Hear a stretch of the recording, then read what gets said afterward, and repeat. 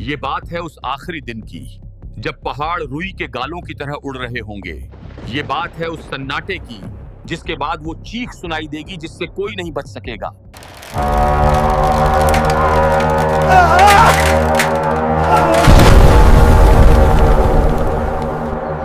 یہ آواز کہاں سے آ رہی ہے؟ میں اسے سہن نہیں کر پا رہا ہوں. یہ بات ہے سورج کے پشچم سے نکلنے کی. یہ آج سورج پشچم سے نکلا، لیکن کیسے؟ مکہ کے کافروں کو لگتا تھا کہ قیامت ایک مذاق ہے. اے محمد، تم کہتے ہو کہ یہ زمین پھٹ جائے گی، یہ آسمان لپیٹ دیا جائے گا. کب ہوگا یہ؟ اگر تم سچے ہو تو لے آؤ وہ قیامت. ہاں، ہماری ہڈیاں جب مٹی بن جائیں گی تو کون ہمیں دوبارہ زندہ کرے گا؟ یہ تو بس پرانے لوگوں کی کہانیاں ہیں.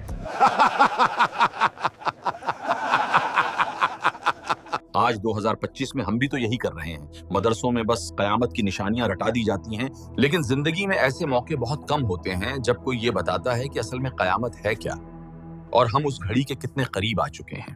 مکہ سے پیغام آیا تھا، لیکن آج ہم نے اس پیغام کو فارورڈڈ میسج سمجھ کر اگنور کر دیا ہے. آج کی ہماری ماڈرن لائف سٹائل، یہ اونچی بلڈنگیں اور یہ وقت کا اتنی تیزی سے گزرنا، یہ سب ہمیں کیا اشارہ دے رہے ہیں جانیں گے اس ویڈیو میں. یار یقین نہیں ہوتا، ابھی تو 2024 شروع ہوا تھا اور اب 2025 بھی ختم ہونے کو ہے. صحیح کہا بھائی، صبح ہوتی ہے اور کب رات ہو جاتی ہے پتہ ہی نہیں چلتا.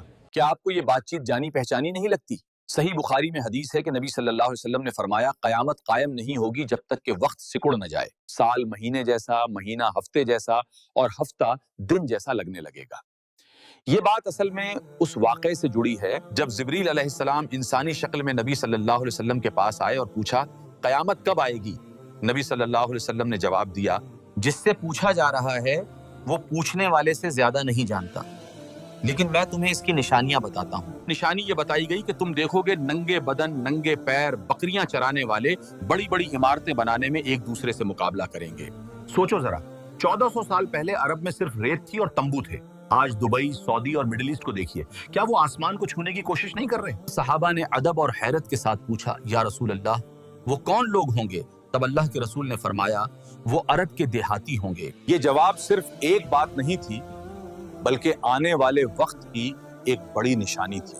آج 2025 میں جدہ ٹاور اور برج خلیفہ جیسی عمارتیں چیخ چیخ کر گواہی دے رہی ہیں کہ جو زبان مبارک سے نکلا تھا وہ آج ہماری آنکھوں کے سامنے سچ ہو رہا ہے. لیکن بات صرف عمارتوں کی نہیں ہے، بات ہے ہمارے کرداروں کی.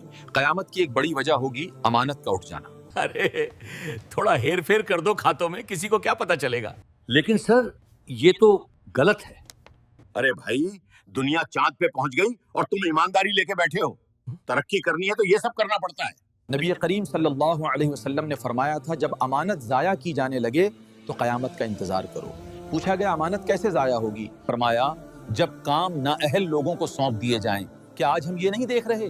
لیڈرز وہ ہیں جنہیں انصاف کا مطلب نہیں پتا، اسکالرز وہ ہیں جو دولت کے لیے فتوے بدلتے ہیں، انفلوئنسرز وہ ہیں جو بے حیائی پھیلا کر رول ماڈل بنے بیٹھے ہیں. آج آپ نیوز کھولیے، ترکی، موروکو، جاپان، زمین ہل رہی ہے، موسم بدل رہا ہے. جہاں کبھی بارش نہیں ہوتی تھی آج وہاں سعودی کے ریگستان ہرے ہو رہے ہیں. کیا یہ نشانی نہیں؟ صحیح مسلم کی حدیث ہے قیامت نہیں آئے گی یہاں تک کہ عرب کی سرزمین دوبارہ باغات اور نہروں والی بن جائے. آج 2025 میں سعودی سرکار کے گرین انیشیٹو کو دیکھیے، ریگستان ہرے ہو رہے ہیں. یہ کوئی ترقی نہیں، یہ ایک وارننگ ہے، الارم بج چکا ہے. انسان ہر چیز کی سائنٹیفک وجہ ڈھونڈ کر اپنے دل کو تسلی دے لیتا ہے، لیکن پھر ایک دن وہ ہوگا جس کا سائنس کے پاس کوئی جواب نہیں ہوگا. ایک صبح لوگ اٹھیں گے، آفس جانے کی تیاری کر رہے ہوں گے، کوئی موبائل چیک کر رہا ہوگا، کوئی ناشتہ کر رہا ہوگا، اچانک نیوز چینلز پر بریکنگ نیوز آئے گی. لیکن وہ نیوز کسی جنگ کی نہیں ہوگی. لوگ کھڑکیوں سے باہر دیکھیں گے سورج جو ہمیشہ پورب سے نکلتا تھا اس دن پشچم سے نکل رہا ہوگا. اس پل توبہ کا دروازہ ہمیشہ کے لیے بند ہو جائے گا.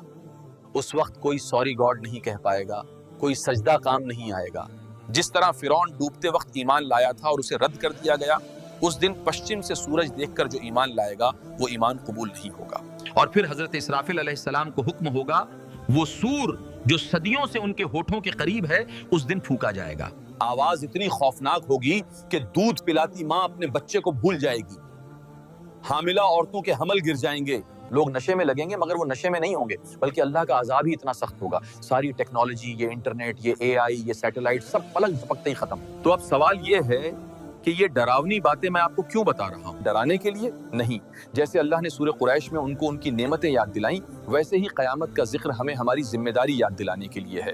آج 2025 میں ہم غفلت کے شکار ہیں. ہم نے موت کو صرف ایک میڈیکل فیلئر مان لیا ہے. ہم نے قیامت کو صرف ایک فلم کا پلاٹ سمجھ لیا ہے. سوچئے ذرا، آج آپ کے پاس وقت ہے، آپ یہ ویڈیو دیکھ رہے ہیں، مطلب سانس چل رہی ہے، سورج ابھی پشچم سے نہیں نکلا ہے. کیا ہم اپنی نمازوں میں وہ خشوع لا سکتے ہیں؟ کیا ہم حرام کمائی سے توبہ کر سکتے ہیں؟ کیا ہم اپنے ماں باپ سے معافی مانگ سکتے ہیں جنہیں ہم نے اولڈ ایج ہوم میں یا اپنے دل سے دور کر دیا ہے؟ کیونکہ جب وہ سائرن بجے گا تب افسوس کرنے کا وقت نہیں ہوگا. امید کرتا ہوں بات سمجھ آئی ہوگی، دل پر دستک ہوئی ہوگی. قیامت کا علم صرف اللہ کو ہے، لیکن تیاری ہمیں کرنی ہے. نبی صلی اللہ علیہ وسلم نے فرمایا، اگر قیامت قائم ہو رہی ہو اور تمہارے ہاتھ میں ایک پودا ہو تو اگر تم اسے لگا سکتے ہو تو لگا دو. یہ ہے اسلام، یہ ہے امید. پینک نہیں کرنا بلکہ اپنا کام کرنا ہے، آخری سانس تک اچھائی کرنی ہے. آخر میں آپ سے ایک بات کہنا چاہتا ہوں.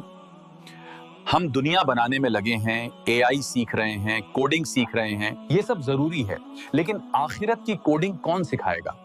اگر آپ چاہتے ہیں کہ ہم اور آپ مل کر ایک ایسی کمیونٹی بنائیں جو دین اور دنیا دونوں کو ساتھ لے کر چلے، جو ماڈرن دور کے فتنوں کو سمجھے اور ان سے بچے، تو آپ ہمارے ساتھ جڑ سکتے ہیں.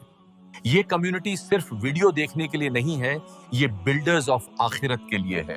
کیا یہ بہتر نہیں کہ ہم اپنی جوانی اور اپنا مال اس دن کی تیاری میں لگائیں جس دن کوئی سایہ نہیں ہوگا سوائے اللہ کے عرش کے سائے کے؟ یاد رکھیے، ہم یہاں ہمیشہ رہنے نہیں آئے. We are the travelers and Jannah is our home. جزاک اللہ خیر. السلام علیکم.